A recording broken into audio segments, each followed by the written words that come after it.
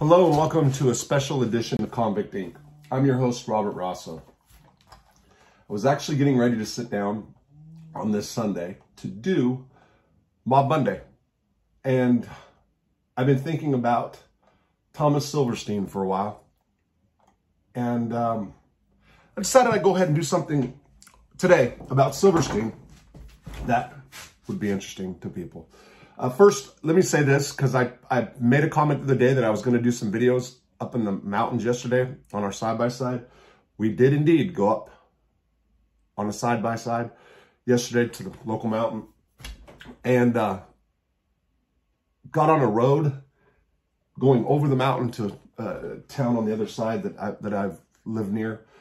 Anyway, we went off on some trails, and I ended up going on a trail that was way off the grid, and there's ribbons marked. Long story short, we got lost and didn't make our way out of there until nightfall.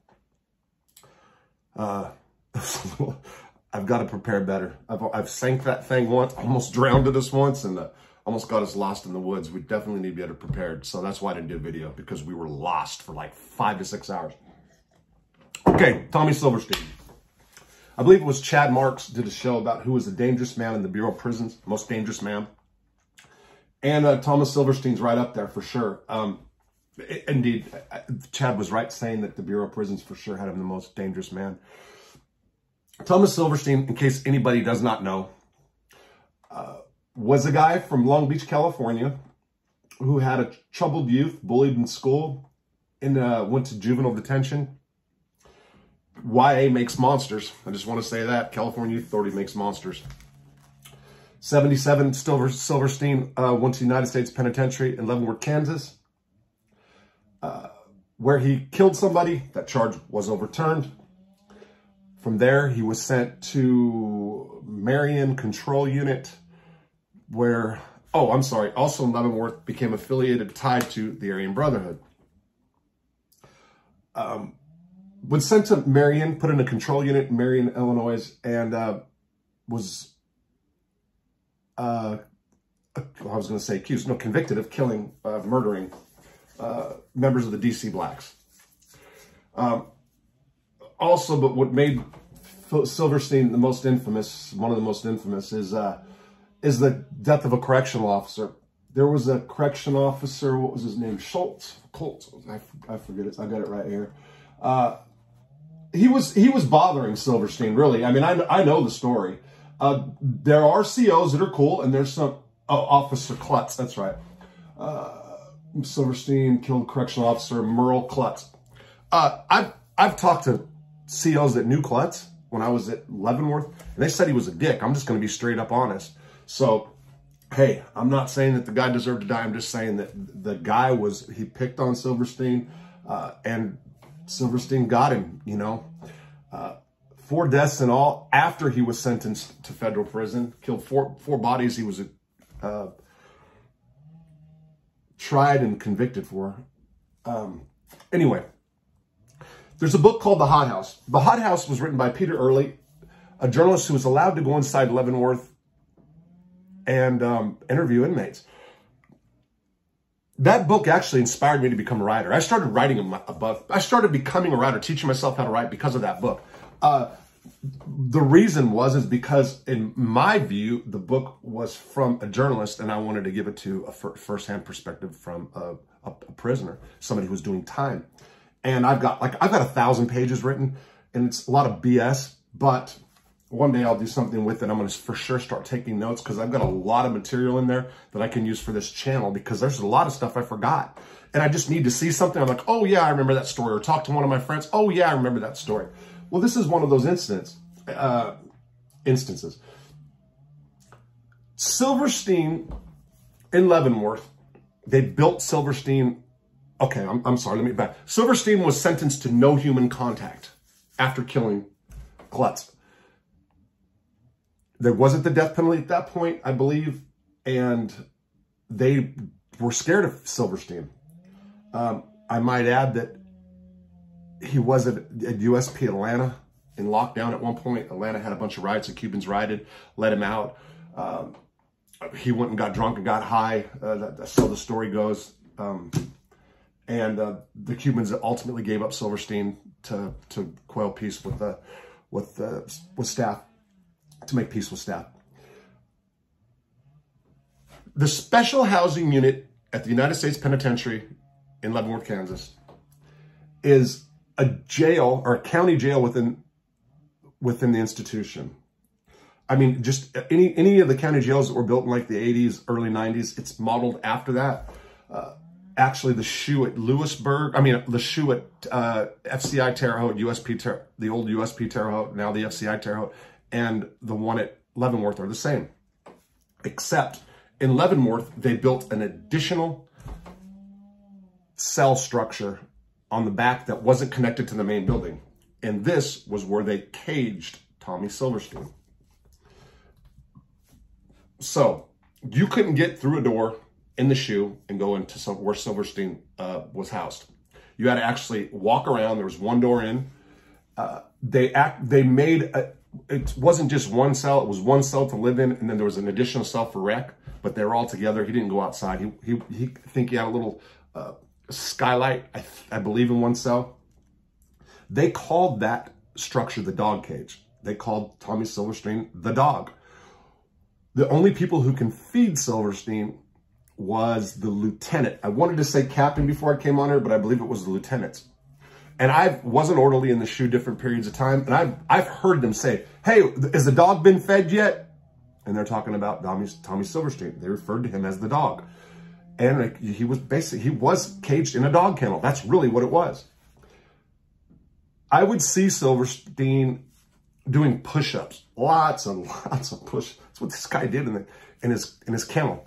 He was an artist, I believe. He became an artist. I know I believe he corresponded with the local radio station, if I was correct.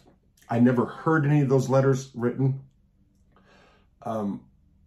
But I did see him paced a lot in the cell or in the rec cage area. They had cameras, which were in the bubble in the main SHU, so they can keep an eye on him 24/7. So imagine living under cameras 24/7 in a kennel, in a place that the staff called the dog kennel. And they referred to you as a dog. It's kind of a little bit tough. I get murder. I get all that. I get it. Okay. I was in the SHU with a good friend, brother of mine by the name of Tracy Carson, known as TC. TC and I were on a range, C range in the SHU in Leavenworth, and it was a phone night. Now, what they have is this phone that's on a little stand, and they push it from cell to cell when it's your night. You get to use the phone every 30 days. Or I think I got it every week back then. I forgot, but it was our phone night. We had to sign up for the phone, and you get to call your people, whatever. When TC's turn came to pick up the phone, he picked it up, and there was something weird that happened, and that was that Silverstein was in his kennel and picked up the phone at the same time. Silverstein and TC and I, but TC was the original, were able to talk. When TC originally heard it, he heard somebody say, "Hello, hello," and said, "Who's this?" And he said, "This is Tommy, Tommy Silverstein." TC was shocked, because you don't just, you pick up the phone, you usually hear the dial tone. He was able to talk. The first thing Silverstein wanted to know was if his brothers were doing out there. That's the Aryan Brotherhood. His brothers are people, I don't remember exactly the words brother or people. The ABs have been out of Leavenworth for years. There was one you can call Red, but the ones he was referring to had been gone for some years. TC said, no, there was Dirty White Boys. That was the prison gang. And he was like, well, why did you call yourself Dirty White Boy? He said that. I mean, TC tried to explain it was a softball team. And you want to know what kind of drugs were on the compound. And if there's any way we can get him some. That's what he wanted to know. That's what the guy who had no contact with inmates wanted to know. How the Aryan Brotherhood was doing, basically, on Leavenworth, and how the drugs were. Now, laundry and food. So to get fed, Silverstein had to have a lieutenant bring his tray. Laundry was done through staff as well. And the only people he really was ever talked to was the staff. Every Wednesday, the Liars Club does rounds in the shoe.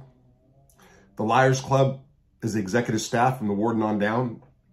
There's some good ones, and I don't mean to demean or belittle all of them, but the reason I call them the Liars Club is because they just come around. They have to do their rounds because it's policy every Wednesday, and every shoe in the Bureau of Prisons, every Wednesday, the executive staff has to walk, make sure you're okay.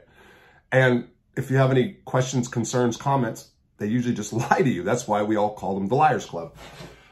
Silverstein on the phone said that he looked forward to the Liars Club because that's the people, you know, it's the only contact you got. Imagine the way you felt.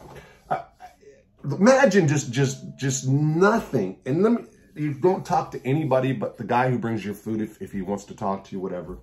And then you got this club of people, this group of people that's coming, kind of like looks at you and calls you behind your back the dog. Little brutal. But, you know, I'm not here to say it's right or wrong. I'm just kind of trying to put myself there for a second. So I saw Silverstein on camera. And one other time. In C block and A block in the shoe, if you're in the front cells, there's little windows. And although they've tried to wipe the windows out at one point so you can't see out, you can see through some of those windows. They actually whited the ones in the back out. One night, and this is late, like 1 o'clock in the morning, we saw staff, 5, 6 people. Actually, it wasn't quite, it was more like 10, 11, but they came, and what they ended up doing was getting Silverstein, put him in a wheelchair, and brought him to the dentist. A correctional officer told us what had happened because when they brought him out, they put a blanket over him. They had a blanket over this guy in the dark hours of night to bring him to the dentist. I saw that with my own eyes, so that's not, you know, that's not secondhand news. I saw that. And this is what else I know. Silverstein wanted drugs. Wanted us to try to get him any way of drugs. That's through laundry, through food. I didn't really... You get caught trying to send something over to Tom Silverstein, you're fucked. This is what I'll say.